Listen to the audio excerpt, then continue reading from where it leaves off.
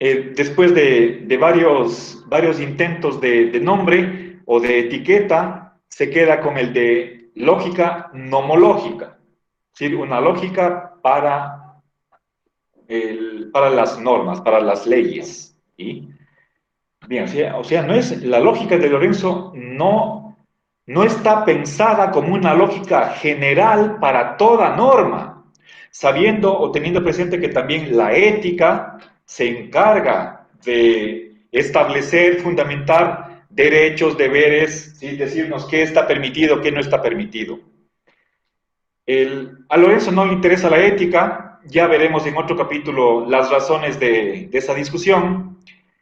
El, Puede ser que parte o tal vez la totalidad de su lógica se aplique también a la ética, pero eso es algo que él en lo que no entra, no discute y tampoco creo que le interese. Está lejos de su campo de competencia. ¿Sí? Es decir, él, y creo que por modestia, Lorenzo dice que no es un campo de estudio al que se ha dedicado profundamente. Y en relación con sus estudios de lógica, metafísica, filosofía del lenguaje o finalmente la filosofía del derecho, obviamente su conocimiento de la ética tiene que ser muchísimo menor, pero él, él correctamente dice que no es un especialista en ética, por lo tanto no puede dar una opinión informada acerca de si su lógica nomológica también serviría para la ética. Eso lo deja para que estudien otras personas mejor capacitadas. Bien, entonces,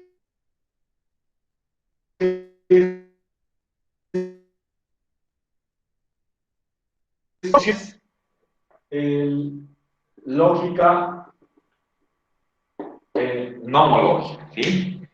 Y recuerden como una variedad de la lógica deóntica estándar, la de Alchurrón y Bulligin. ¿Sí? Ambos sistemas está estudiado en un anejo, mejor dicho, en dos anejos del penúltimo capítulo del libro. Ustedes tienen en el anillado, pero eso veremos en julio, al final del curso. ¿Sí? Bien. A ver, verán, recuerden que la lógica deóntica estándar y por lo tanto también la de Alchurrón y Bulligin, eso sería un par de filósofos de nuestro continente y que son famosos. Bueno, a ver, el, la lógica deóntica estándar está montada sobre la lógica modal, es decir, aquella que además, además del vocabulario lógico que tiene la lógica clásica, la palabra no o las palabras no, y, o, si, entonces, todo, es, y las que se pueden definir a partir de ellas, añade lo necesario y posible. ¿Sí? Entonces, el necesario, posible, ¿sí? Y la lógica deóntica, según esta visión, es una especie de lógica modal. Obviamente renuncian, suprimen ciertas reglas de inferencia para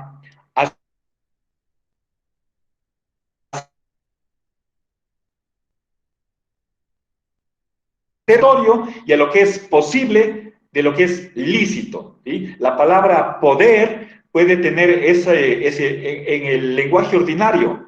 De hecho, tiene ese doble significado de posibilidad y licitud. ¿Sí? Por lo tanto, ahí hay un nexo, un puente para esas dos lógicas, la deóntica y la modal.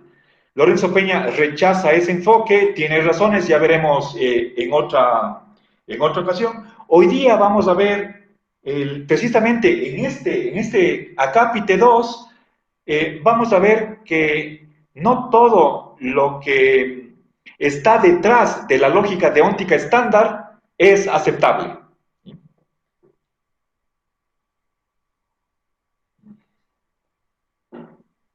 Bien, a ver, entonces, verán, la pregunta que nos hacemos es, de las varias lógicas que existen, no sé exactamente cuántas, pero obviamente el desarrollo de esas lógicas tiene una historia, podríamos remontarnos a los años 30, ya eso, hace 90 años, ¿sí? Aproximadamente. Y es decir, estamos casi en un siglo de evolución de pensamiento lógico acerca de las normas. Entonces, ahí hay una variedad, una pluralidad de sistemas y obviamente la pregunta es, ¿cuál de ellas es eh, más apropiada? ¿Sí? Sí. Un ratito, voy a traer el texto.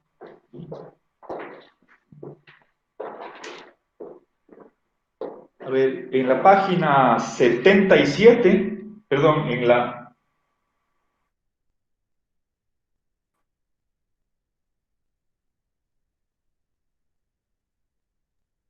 deóntica correcta. ¿Sí? Bien, ahora, entonces, el, voy a poner aquí un brazo más, ¿sí? Ahí debería poner un etcétera, solamente he puesto tres sistemas, dos que son, que digamos pertenecen a la misma familia, de hecho tienen muchísimo en común, y otra que se aparta de ese modelo, de ese patrón o de esa tendencia. ¿Sí? Bien, entonces la pregunta es, ¿cuál de ellas escogemos?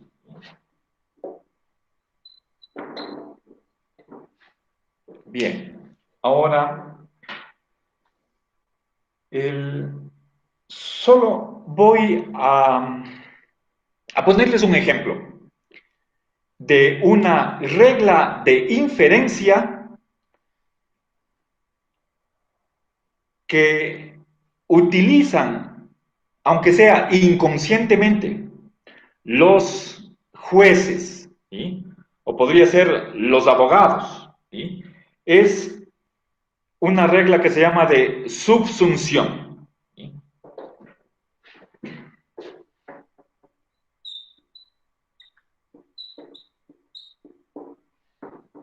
Bien. El, a ver, aquí en la página 77, si no estoy mal, se menciona esta regla. Más adelante, seguramente en el acápite 9, se va a estudiar en profundidad, dar las razones a favor, en contra de esta regla. Aquí simplemente de pasada se menciona para hacer ver que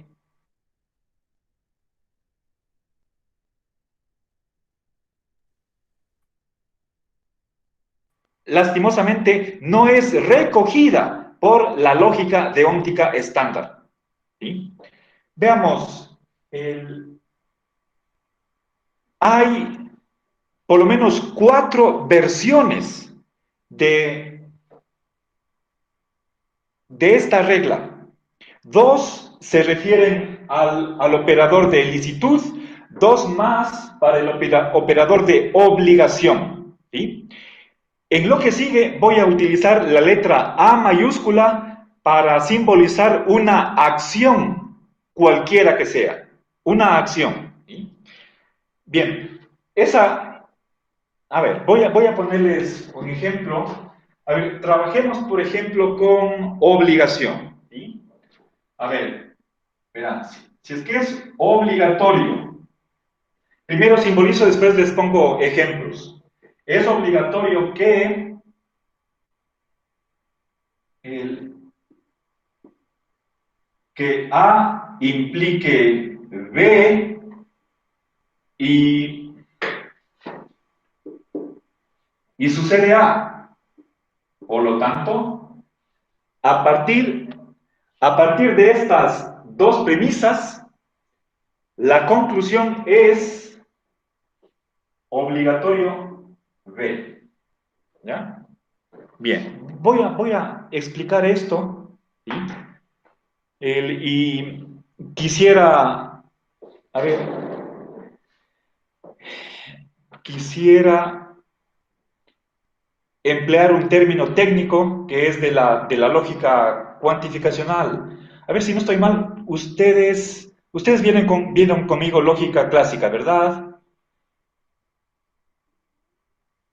Sí, recuerdo, pero no sé si logramos ver en la lógica cuantificacional demostrar, no, creo que ustedes, no, lo que tenemos que saber lo que es prenexación, ¿sí?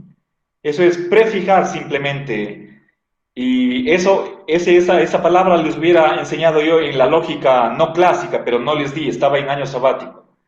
Verán, el, fíjense, tengo aquí yo dos premisas y notemos que la primera premisa es deóntica, la segunda premisa es fáctica y la conclusión es deóntica, normativa, ¿sí? Entonces, las premisas aquí están mezcladas. Tengo un hecho y una norma, ¿sí? Ahí pongamos eso. ¿Sí? Verán, esto es norma. Estoy calificando que hay una implicación y que es obligatoria. El operador de obligación no se aplica solamente al antecedente, al miembro izquierdo de la implicación, sino a todo, a la implicación, a todo lo que está dentro de los paréntesis. ¿Sí? Eso es una norma. El, la segunda premisa es simplemente un hecho y de ahí concluimos, a ver, de la mezcla, ¿sí? De la suma de ambas cosas, ¿sí? Esto es algo híbrido, mixto, de ahí sale una norma. Bien, a ver, ¿por qué es interesante el ser conscientes o por qué conviene, es apropiado ser conscientes de el tipo de premisa o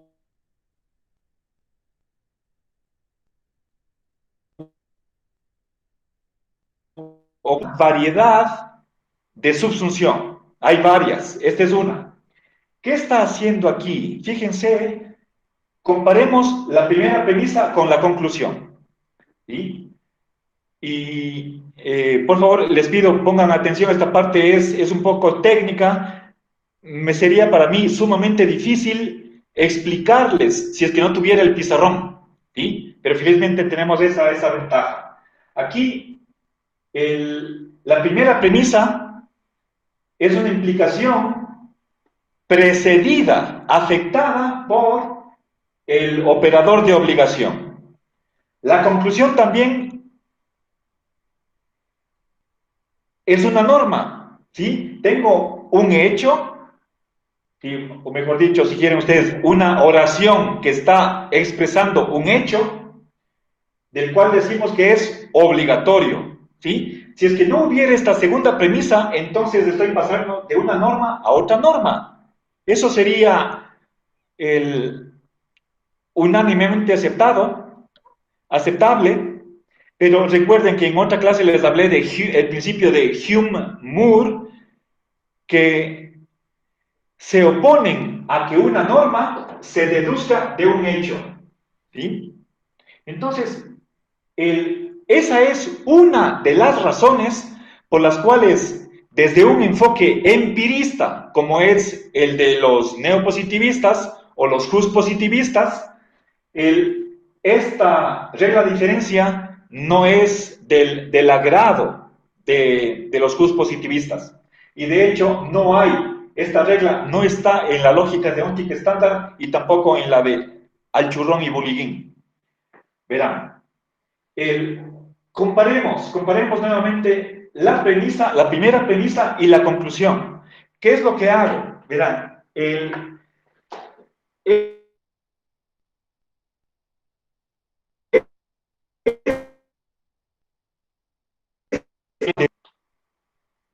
a la implicación total. En cambio, en la conclusión, este operador inicial solo está afectando al consecuente, que se llama apódosis, ¿sí? Miembro izquierdo es apódosis, perdón, prótesis, miembro derecho apódosis, ¿sí? El antes y el después. Entonces, es como si yo estuviera trasladando, o si quieren, dejo de prefijar, quito este operador, también puede ser de licitud. Si es que yo cambio la O por la A, da igual, ¿sí? Es lo mismo. El contenido es igual, pero formalmente estoy haciendo lo mismo, ¿sí? Estoy retirando este operador jurídico, deja de afectar a la fórmula total y pasa acá simplemente a afectar al consecuente, ¿sí? Pero para eso está mediando que se dé, que sea verdad, que suceda el antecedente de la implicación, ¿sí? Bien, pongamos un ejemplo para que se comprenda bien claro, ¿sí? Verán, en una ley, no sé exactamente en cuál, esto ya es cuestión para los abogados, tiene que haber, por ejemplo, en nuestro país, seguramente lo habrá en todo país, y otra cosa, por favor, aquí, esto es técnicamente en el sistema de Lorenzo es una implicación, y la implicación no es lo mismo que el condicional, ¿sí? Voy a poner con rojo, y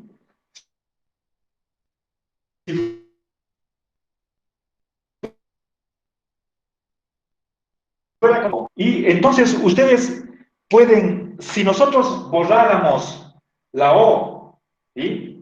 Si borráramos estas dos O y nos quedamos simplemente con eso, entonces lo que tenemos es modus ponens, ¿sí? Fíjense, tengo si P traña Q y tengo P, de ahí concluyo Q, ¿sí? Si tengo un condicional, perdón, disculpen, verán, tengo un condicional, tengo el antecedente y ahí concluyo el consecuente, ¿sí? Algo semejante está aquí, si es que tapamos la O, ¿sí? Tengo condicional, tengo el antecedente y por lo tanto consecuente, ¿sí? Entonces, pero además del condicional, tengo aquí precisamente dos operadores que son deónticos, ¿sí? Bien, ahora veamos. Digo, en la ley tiene que haber algún artículo que diga que el que una persona, aquí no sé, pensemos, el, déjenme ver, estoy pensando en el, cuál sería la cantidad, y me voy a inventar una cantidad, pero realmente esa cantidad es irrelevante. Eso depende de si es que todos en el Ecuador pagan impuesto o solamente aquellos que superan un mínimo, ¿sí? Un umbral mínimo. Por ejemplo, si es que fuera, si en lugar de tener implicación tuviéramos el condicional, diría, si una persona puede ser natural o jurídica, él tiene un ingreso anual de más de $5,000, entonces tiene que declarar los impuestos. ¿Sí? Acá, segunda premisa, eh, hablemos en particular, hay un individuo que se llama Matías. Matías tiene un ingreso anual mayor de $5,000. Y ahí, ¿qué concluimos? Por lo tanto, Matías tiene que, o es obligatorio que declare los impuestos a la renta. ¿Bien? Pero lo único que quiero cambiar de ese ejemplo es que en la primera premisa no tenemos una implicación, sino no tenemos el condicional, ¿sí? Y más bien voy a borrarlo, solo les ponía un ejemplo para que ustedes comprendan por dónde va la regla, ¿sí? Y obviamente aquí tendría que cambiar, no es son diferentes la implicación y el condicional. Bien, ahora, verán, explico un poquito esto es importante, los principios de la lógica jurídica se expresan no mediante el condicional, ya borré, sino mediante la implicación. ¿Cuál es la razón de eso? Que la implicación viene a ser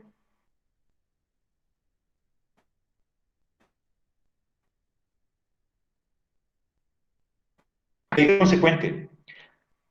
Si quisiera simbolizar por medio del símbolo de la aritmética, emplearía el menor o igual. ¿Sí? El grado de verdad del antecedente tiene que ser menor o igual que el grado de verdad del consecuente. Eso quiere decir que para que una implicación sea verdadera, jamás puede suceder que el grado de verdad del antecedente sea mayor que el del consecuente. O al revés, y eso es lo que es más relevante. Si es que yo leo de derecha a izquierda, entonces este símbolo se me transforma en el contrario. El consecuente es tan verdadero o más que el antecedente. ¿Sí? Es decir, Q, su grado de verdad no puede descender, no puede ir más abajo del grado de verdad del antecedente. A ver, creo que eso se entiende mejor si es que hago una tabla de verdad. Voy a ponerles un ejemplo en la lógica trivalente. Y por favor, les pido que copien esto para que puedan usar a futuro. Mira, pongamos aquí el... A ver, voy a poner frente a frente las tablas del condicional y de la implicación. Empecemos con el condicional. ¿Sí? A ver, tenemos 1, 0, 1, 0, y dejé aquí un espacio en blanco, ¿sí? Para primero ver qué pasa en la lógica clásica. ¿Sí? A ver, 1, 1, 1, 0. Bien, esta es la tabla de verdad en la lógica bivalente, pero si nosotros ponemos un tercer valor, ¿sí? Valor medio, medio, entonces acá tenemos 1, 1, medio, medio y 0. ¿Sí?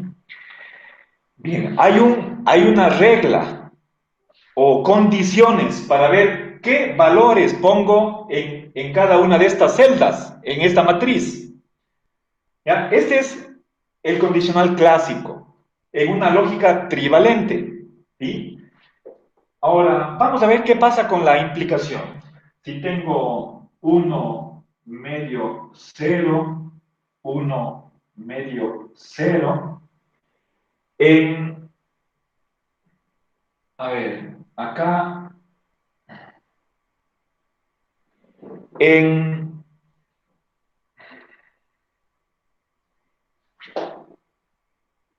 en las esquinas, fíjense, es 1, 1, 1, 1, 1, 1, 0, 0. Cuando solo tenemos dos valores, los clásicos, la implicación es igual que el condicional. La diferencia está, ¿qué pasa cuando tenemos los valores medio, ¿sí? Y si nosotros equiparamos la implicación a la comparación de inferioridad o igualdad, entonces siempre que el miembro izquierdo que está acá, siempre que el miembro izquierdo sea menor o igual que el miembro derecho, entonces la implicación es 1. Caso contrario, 0. ¿Sí? 1 menor que medio, no. ¿Sí? Medio menor que 1,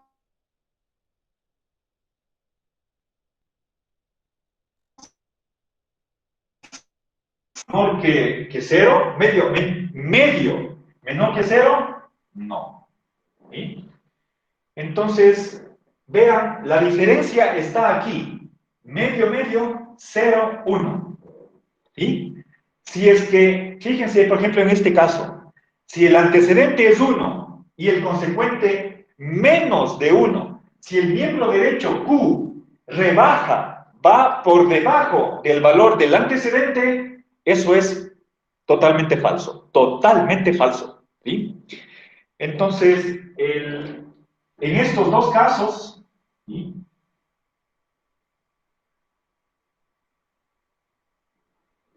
La implicación se aparta del condicional, ¿sí?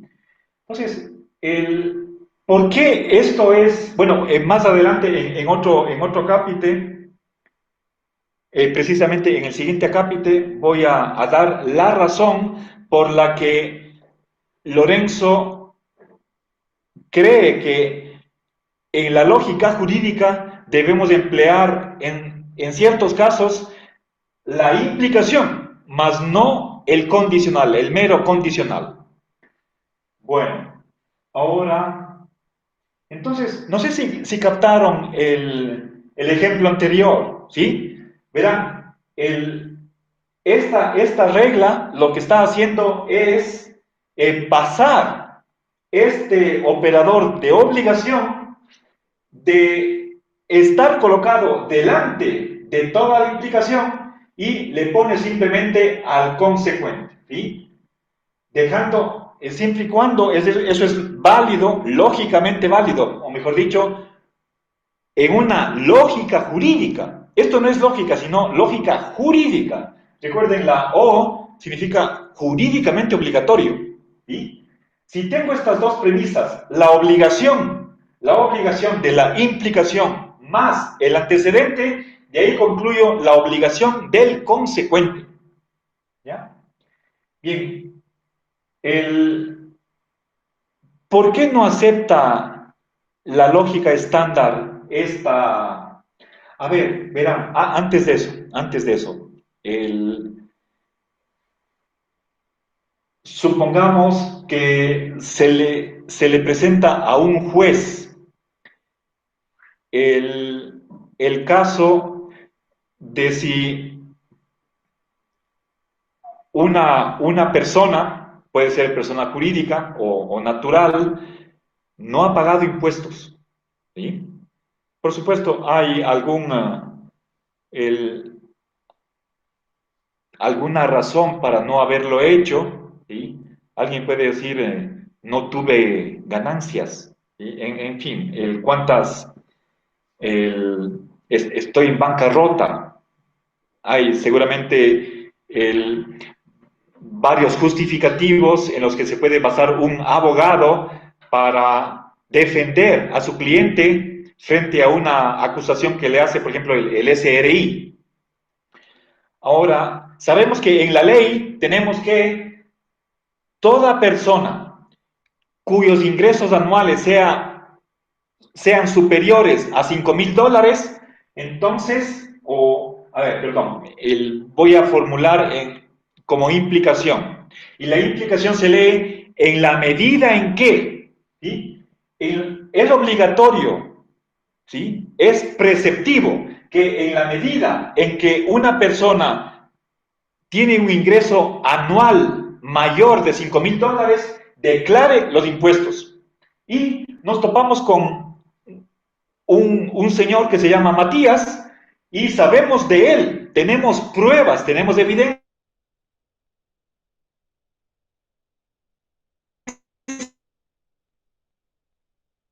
¿qué, qué se puede concluir? El juez diría,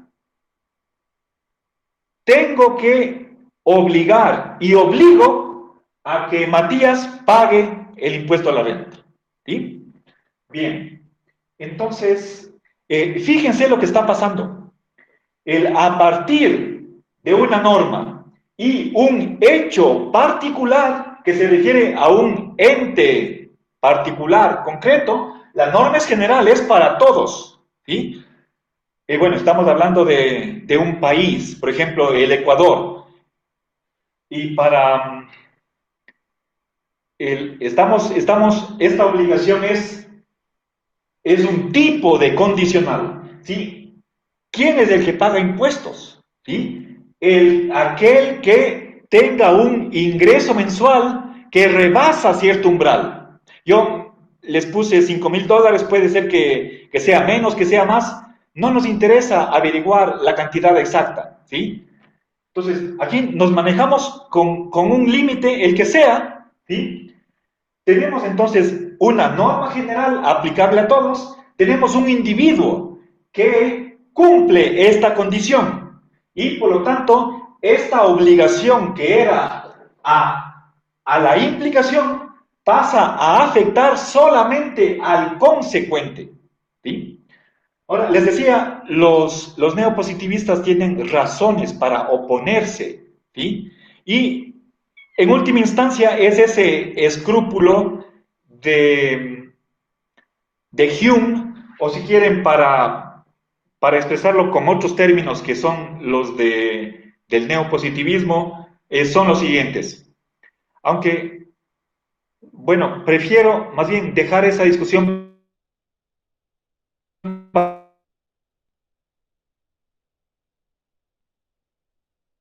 el, me parece que ustedes ya han de haber leído y procesado, entonces saben a qué me estoy refiriendo. ¿Sí? Bueno, entonces, verán, lo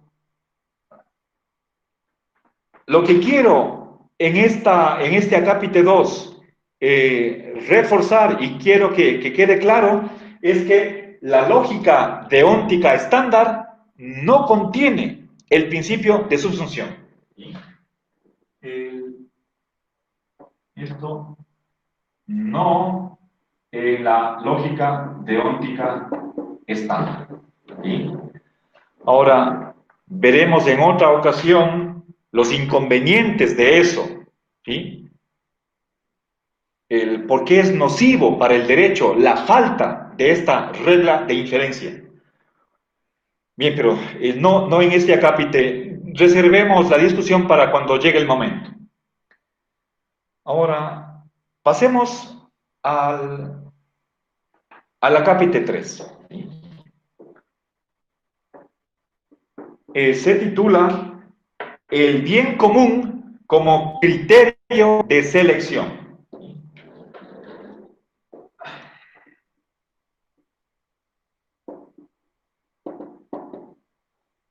Ok, verán, entonces, en el acápite, desde el acápite 1, y aquí nuevamente por cuestiones pedagógicas reiterado el problema, si es que tenemos varias lógicas deónticas, aunque sea dos, ya con eso ya tenemos un problema. ¿Cuál elegimos? ¿Sí?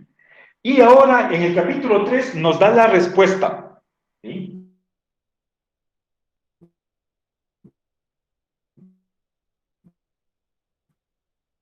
Tiene esta regla y otro sistema que no tiene. Entonces, ¿cuál es el correcto?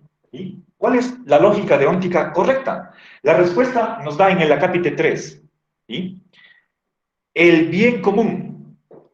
Entonces, aquí tenemos nosotros otra función, otro rol, otro papel que va a cumplir el bien común, o si quieren ustedes la obligatoriedad del bien común, ese es el principio del bien común, en la filosofía del derecho. ¿Sí? Bien. Recuerden, criterio significa aquello que nos permite distinguir. ¿Sí? En este caso estamos hablando de cuál lógica vale para que sea aplicable al derecho. ¿Sí? Ahora, verán, con esto acabo, en un minutito ya terminamos. Verán, si tengo el premisa 1, premisa 2, pongamos premisa n, y aquí saco una conclusión. ¿Sí? El, el- de estas premisas llego a esta conclusión a través de una regla de inferencia. ¿Sí? Bien, ahora, ¿cuál regla de inferencia deberíamos utilizar? Eso depende del bien común. Ya, lastimosamente no alcancé